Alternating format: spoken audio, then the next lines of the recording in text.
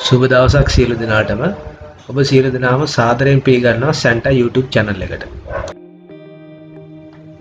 හරි. දැන් කලින් පාඩමෙන් ඔයගොල්ලන් ඉගෙන ගත්තා කොහොමද මේ ෆයිල් එකක් ඕපන් කරන්නේ. එහෙම නැත්නම් ෆයිල් එකක් අලුතෙන් ෆයිල් එකක් හදලා ටෙක්ස්ට් ෆයිල් එකක් හදලා ඒ ෆයිල් එකට දත්ත ඇතුළත් කරන්නේ කොහොමද? ඒ දත්ත බලන්නේ කොහොමද? මේ දේවල් ටික අපි ඉගෙන ගත්තා.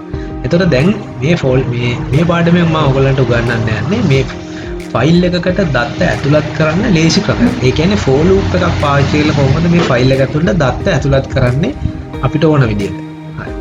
මේකට ආයෙත් පාරක් අපිට සිද්ධ වෙනවා මේ ෆයිල් එකක් ඕපන් කරගන්න ඉස්සෙල්ලා වගේ. එතකොට මම මෙතන ලියා ගන්න මට F නෙමෙයි ඕන කැමති නමක් ගන්න පුළුවන්. මේ ඔබ්ජෙක්ට් එකේ නමට ඔයාලට කැමති නමක් ගන්න පුළුවන්. දැන් මම මෙතන ඕපන් කරනවා. ඔන්න මට පුළුවන් OF කියලා ගන්න. open the file කියන එක අදහස් වෙන විදිහට මට පුළුවන් OF කියලා ගන්න. සමානයි open. ඊට පස්සේ මම මොකද කරන්නේ? මෙන්න මෙතන තියෙන මේ ෆයිල් එකේ ලොකේෂන් එක මම ලබා දෙනවා. ෆයිල් ලොකේෂන් එක මෙන්න මෙහෙම ලබා දෙනවා මෙතන. හරි. ඊට පස්සේ මේක මම ඕපන් කරනවා මේ රයිටින් මෝඩ් එකේම ඕපන් කරන එක ප්‍රශ්නයක් නෑ. උඹලා හැබැයි මතක තියාගන්න වැදගත් දෙයක් තමයි මතක තියාගන්න ඕන කරුණක් තමයි අපි මේ W mode එකෙන් ෆයිල් එකක් ඕපන් කරන හැම සැරේම මේ තියෙන ෆයිල් එක ඕවර්රයිට් වෙනවා. ඒ කියන්නේ අපි දැන් කලින් හදලා තිබ්බොත් මේ නමින්ම ෆයිල් එකක් ඒක ඩිලීට් වෙලා අලුතෙන් ෆයිල් එකක් හැදෙනවා අපිට රයිට් කරන්න පුළුවන් විදියට. ඒතර මෙතනදිත් සිද්ධ වෙන්නේ මම දැන් මේ කරන්න යන වැඩේනුත් සිද්ධ වෙන්නේ අපි අර කලින් හදපු ෆයිල් එක ඕවර්රයිට් වෙනවා. ඒ කියන්නේ අලුතෙන් ඒ වෙනුවට අලුතෙන් ෆයිල් එකක් හදලා ඒක ආයෙ මුලින් ඉඳලා තමයි දත්ත ඇතුළත් කරන්න අපිට අවස්ථාව ලබා දෙන්නේ. හරි. අපි දැන් බලමු එහෙම ෆයිල් එකක් හදලා ඒ ෆයිල් එකට කොහොමද for loop එකක් පාවිච්චි කරලා දත්ත ඇතුළත් කරන්න කියලා. හරි. ඔන්න මම ෆයිල් එක හැදුවා. හැදුවායින් පස්සේ මම මේකට ලියනවා for loop එක. මම කියනවා for I in range. මම මේකට loop එකක් දෙනවා 10 පාරක් වැඩ කරන්න ඕන loop එකක්. හරි. මම 10 පාරක් වැඩ කරන්න loop එකක් දාලා ඒකට දෙනවා of.write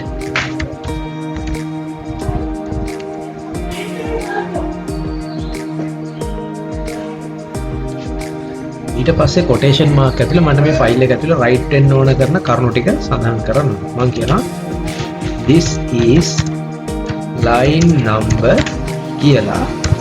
මම මෙතන තියෙන i වලට ඔයගලන් දන්නවා මේ for loop එකක් ඇතුළේ අපි i වලට පළවෙනි වතාවේ ආදේශයෙන් බිඳුව.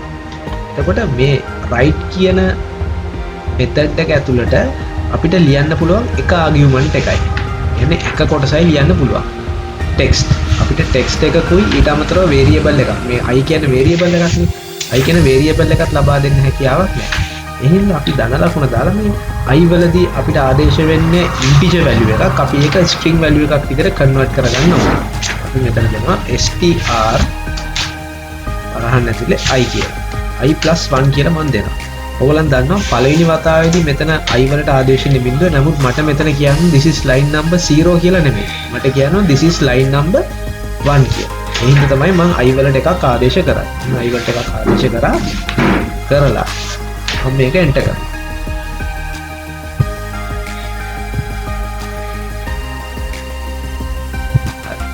අපි දැන් මේකට මේ ෆයිල් එක ඊට පස්සේ ක්ලෝස් කරන්න ඕනේ. මම මේක ක්ලෝස් කියලා මෙතඩ් එක පාවිච්චි කරනවා of.close කරගන්න enter කරා.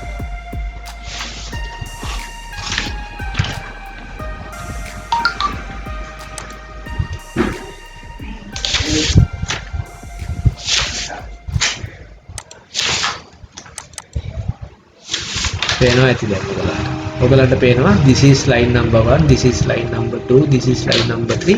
හැබැයි මෙතන පොඩි ප්‍රශ්නයක් තියෙනවා මේ line එක දෙකට කැඩිලා නැහැ. ඒ කියන්නේ line එකක් පස්සේ එක line එකක් තමයි අපිට ඇත්තටම අවශ්‍ය වෙන්නේ. පල්ලෙහාට තමයි අපිට ලියා ගන්න අවශ්‍යතාවය තිබ්බේ.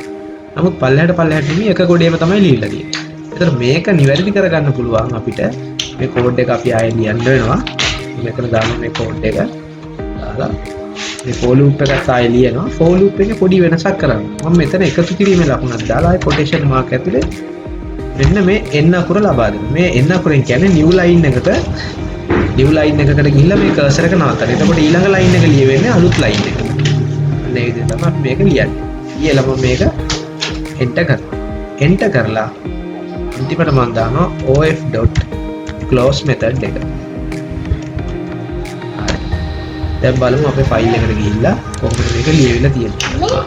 දැන් අපි බලපු විදිහට line එක මේක ගානට execute වෙලා ඇවිල්ලා දෙනවා. this is line number 1, this is line number 2 මේ විදිහට. අපිට line number 10 වෙනකම්ම ඇවිල්ලා තියෙනවා. හරි. අපි බලාපොරොත්තු වෙච්ච output එක මේ හරහා අපිට ලැබිලා තිනවා. දැන්